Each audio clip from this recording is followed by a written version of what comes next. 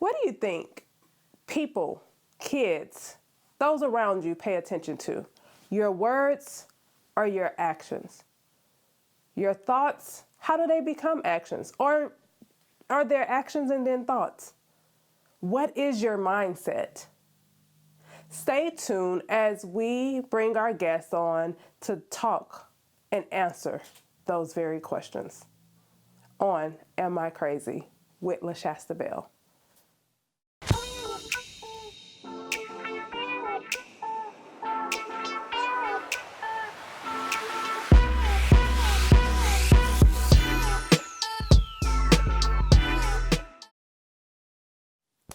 Hey, come on in, y'all. Either you are on your way to lunch, you are at lunch, or maybe you should be at lunch. Welcome to Am I Crazy with LaShasta Bell. Right after our break, our guest, DeMonica Amerson, educator, author, motivational speaker, educational expert with over 17 years of experience, will join us on Am I Crazy? See you in a few. Do you have a story to tell? Wait. We all have a story to tell. If you are ready to tell your story as it relates to your mental health and the journey, the struggle, the management, the awareness, the lack thereof, we want you at Am I Crazy with LaShasta Bell. And what about sponsorship? Oh, thanks for asking. Because there's also the opportunity for sponsorship. Do you have a product? Do you have an event that you want to shout to the world? If so, check out our sponsorship. Same place as the guest forum. See you soon. We offer face-to-face and virtual counseling throughout the state of Texas. www.ichoosemecounseling.com. Thank you so much for joining us today with Am I Crazy? I am so glad to have you here. Thank you. Very excited to be here. Yes, I know we go way back. We don't look like how many years we go back. That part. So we won't even tell the people how many years.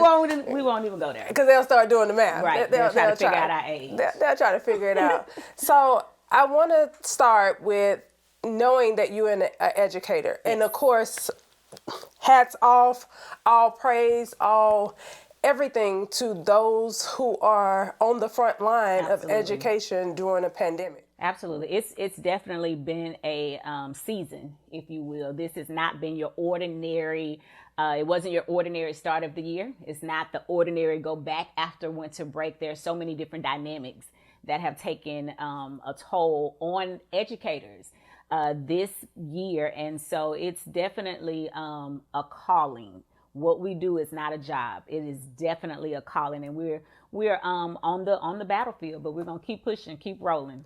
Absolutely. And as a former educator, I know all of the many barriers and obstacles before a pandemic hit, before the social injustices became mainstream media. Yeah. And so now to have all of these things brewing, how are you mentally? How do you stay showing up in a space that everything says you shouldn't be there? Absolutely. Especially the CDC, but that's another whole nother story.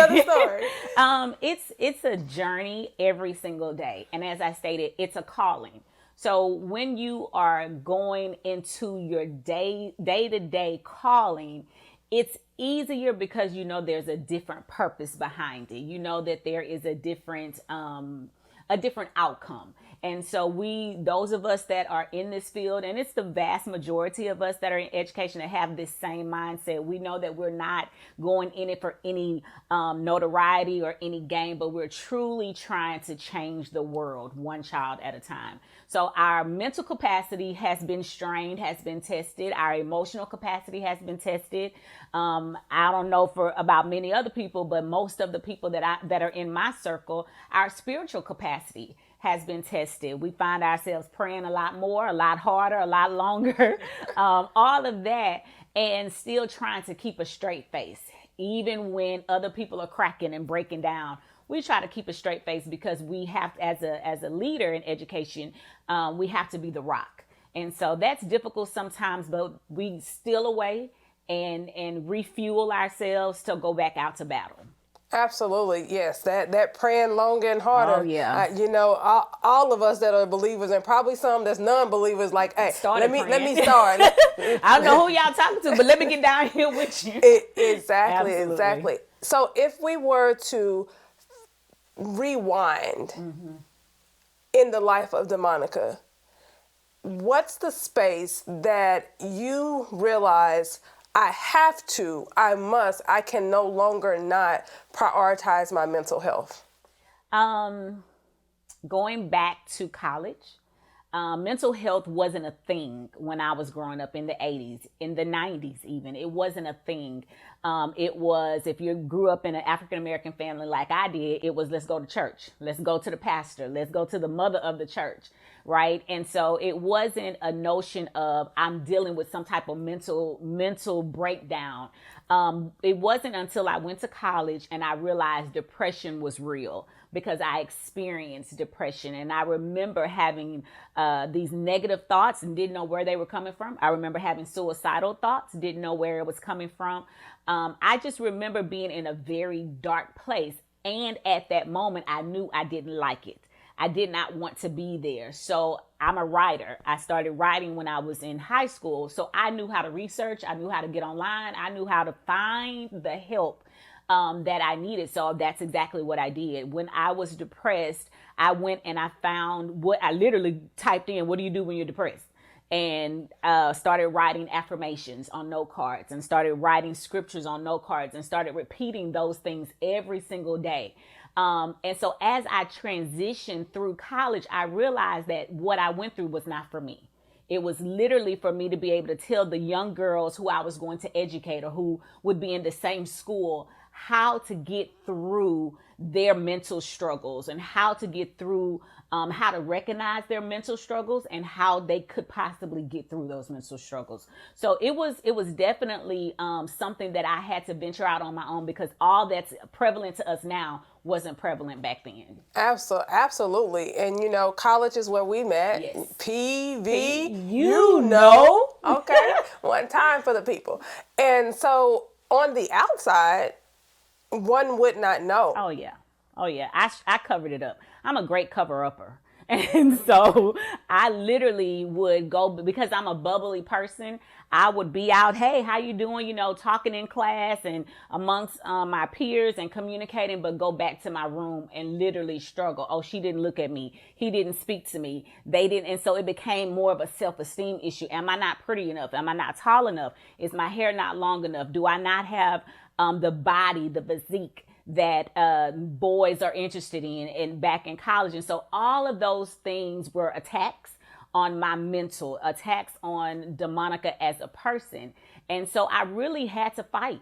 My journey was a fight every single day. Yes, I would laugh and joke in front of people and go behind closed doors.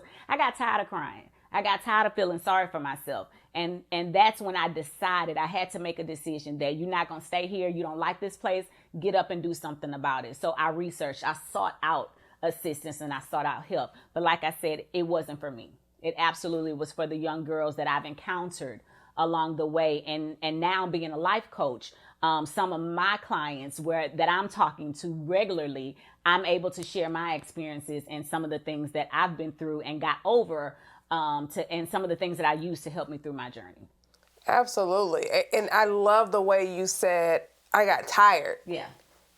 And I decided, and I know that, yes, some people will say, okay, LaShasta, it's simple. You make it sound so simple to decide, but it's an ongoing. Every day I decided. I had to decide every day. And it was because I had a different encounter. I had a different thoughts. I had a different mindset.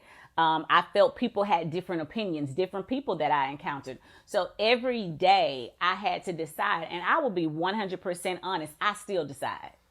At my age, I'm not going to call it, but at my age, I still decide that that's not where I want to go. And even with I have a 9-year-old, I'm teaching her from birth, literally pouring affirmations into her and saying, you are beautiful, you are this, but you have to know that for yourself. You can't wait on somebody else to tell you those things. That's it. And that decision piece, I was telling my son this morning when we were on our way over, we were talking about how we slept, the quality of our sleep, because sleep is important. That's my whole jam, whole nother show. And then how I explained to him my being intentional, which is the same thing of you're saying you decided, being intentional, that I got up, I said I wanted to have time with me and have time to do my devotion and have my hot beverage and not feel rushed. Yeah. That because that sets the tone, is that intentionality, that deciding. Because I used to, pride myself on, your girl can get dressed in 20 minutes, top to bottom. All I need is 20. Yeah. And I literally would work out or do whatever in the morning until that 20-minute cut. But then the day seemed to not pace itself.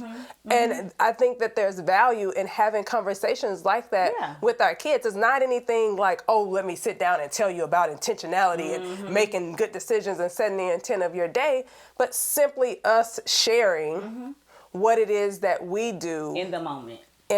Absolutely. And I don't think a lot of what our children see and experience, I don't think we can talk them through it anymore. I think nowadays we have to slow down and show them. It's easy to talk about it. And I remember we used to say, don't talk about it, be about it. It's easy to talk about it, and it's easy to share all of these things, but children are watching. And that's one of the chapters in my book. It's not about what you say, it's about what you do. Children are watching us, and they're watching our quiet moments. They're watching our loud moments. They watch us when we go through the drive-through. How do we respond to the rude lady over the speaker? How do we respond to the person that bumped into us in the store? Children are watching, and our responses are what teach our children more than our words. That's it. So we're going to take a quick break, and we're going to come back and talk more about what's in this amazing book that Miss Amerson has authored. Promoting a higher standard of life and style through the art of lifestyle with Sabrina Cross.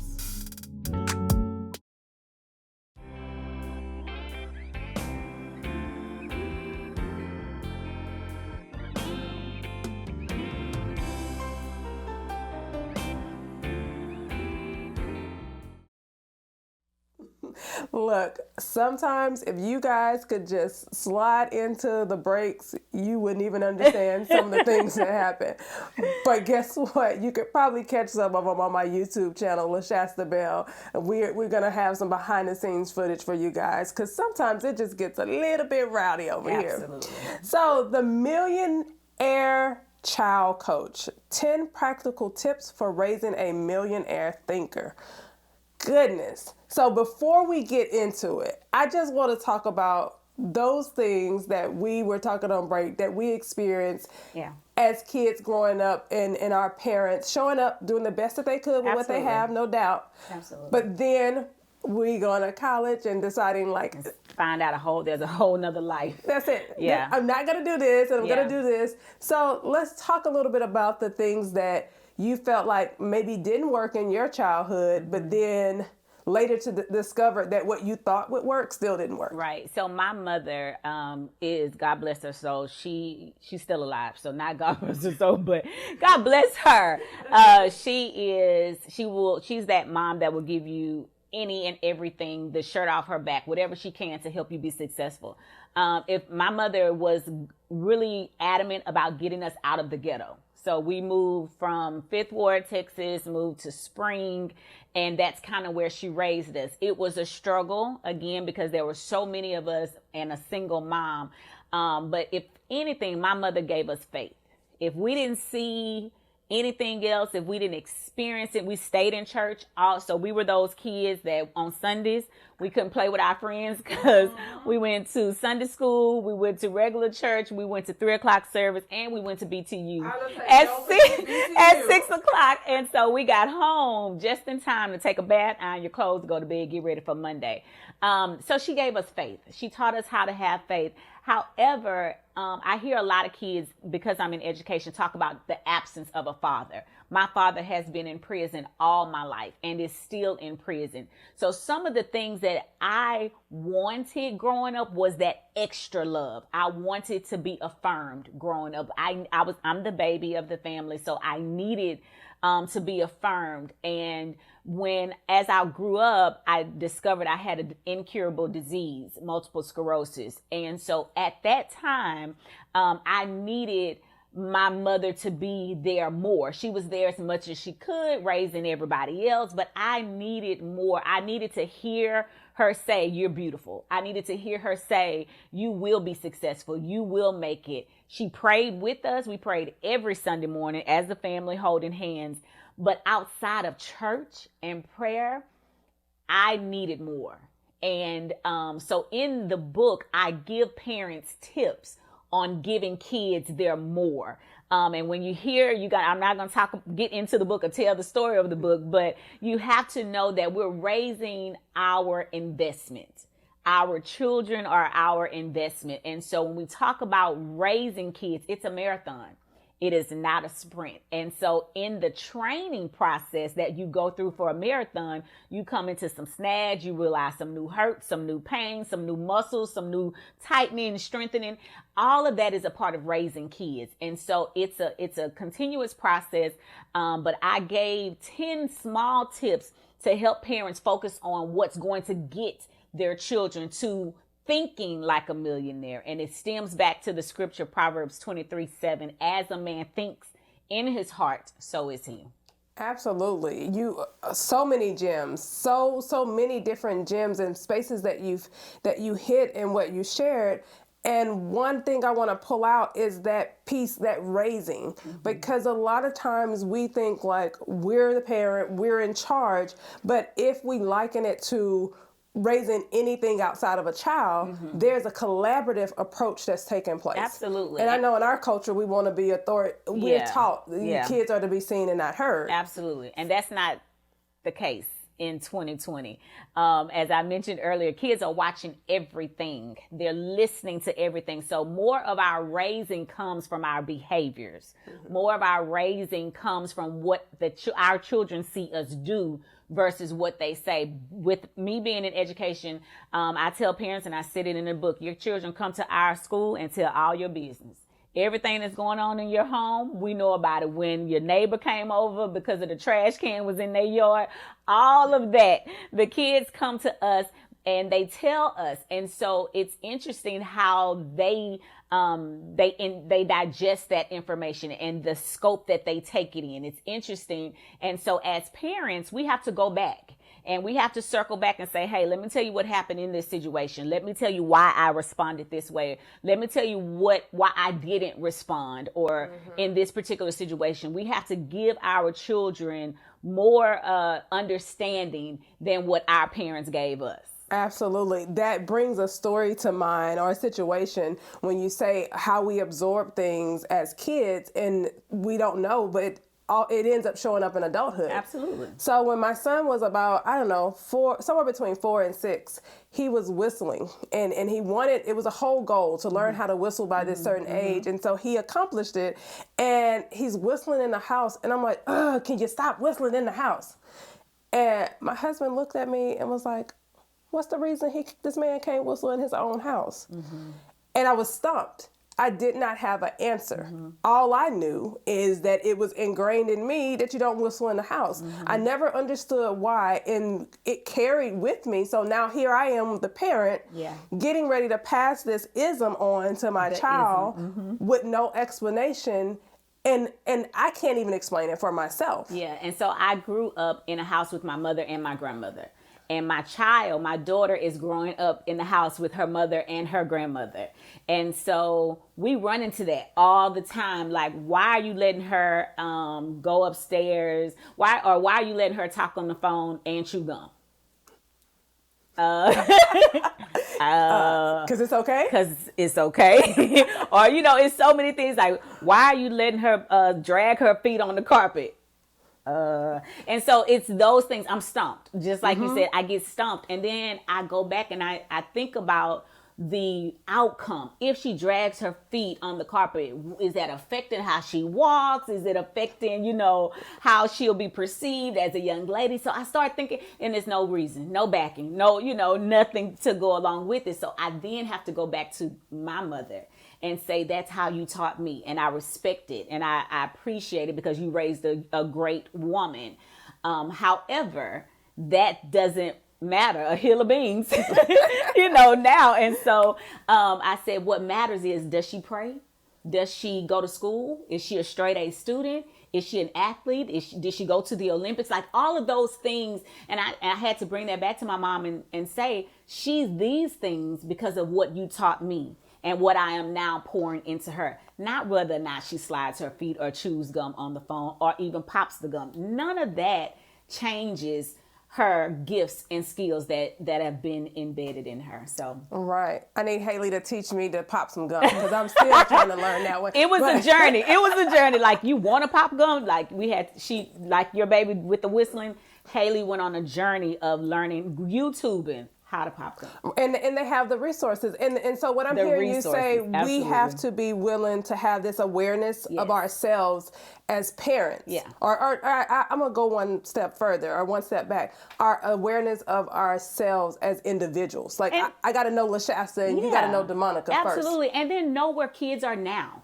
And so in the 80s, this is how, these were the things that mattered to us. But where are kids now and what matters to them now? And in 2030, what's going to matter? In 2040, what's going to matter? And so those are the tidbits, the tips, the skills that we want to pour into our children so they can be resilient, positive world changers. Absolutely. Absolutely. Yes. And one thing that I know for certain, the 10 tips are based on character. Absolutely. It's based on behaviors and who they are, not the roles that they pick up along the way or the isms. So that's amazing. We are so glad that you joined us. Thank you. Please be sure to check out DeMonica's book, The Millionaire Child Coach, and all the information you need will be provided.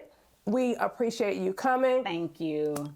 Let's just leave one thing with the audience. If there's one thing that you want parents and adults to understand as it relates to children and their well-being, what would it be? So many things, but the one thing that I can absolutely stick with and wish I could get on a loudspeaker around the world and say is, parenting is a marathon. It's not a sprint. And it's a process. And so as parents, it's going to take time to build our children into the person we want them to be, but ultimately allowing them to come into their own and accept them for who they are. And so at the end of the day, we are raising positive world changers. And that's what I want each and every parent around the world to understand. You are raising a positive world changer. Thank you. That's awesome. Thank you. So let's talk about what we just talked about. I know with DeMonica and I, we focused in on parenting and how parents show up with kids. But beyond parenting, any adult with any child, anywhere in your life, which I think that becomes all of us, it's important for us as individuals, as adults, to be intentional about how we sit with ourselves and have awareness and regulate, because the kids are watching. It's no longer about just what they hear. It's so very much about what they see. And if we don't know what we're seeing in ourselves and we can't exactly explain it or understand it, how can we then communicate it with the kids? We can't. And therefore, like I mentioned with the whistling in the house, there becomes this ongoing passing of unwellness, a passing of trauma, a passing of, I don't know why we do it, just do it. We're not living with kids who will just move because we say so. They move because they see us moving. So as adults, I want you to take some time today and sit and identify throughout the day, how are you feeling? Like, label that emotion, because we have more than mad, sad, and happy, right? If you are not able to go beyond mad, sad, and happy, Google. DeMonica talked about how she Google feelings wheel. FEELINGS wheel. It's literally a color-coded wheel of feelings. Start with what you can identify and work your way out. So I am encouraging and I'm challenging every adult watching today to expand your vocabulary, not just language, but how you feel in identifying your emotions, because that will help to create the millionaire mindset that we want not only in our children, but in ourselves first. Until next time, I'm LaShasta Bell.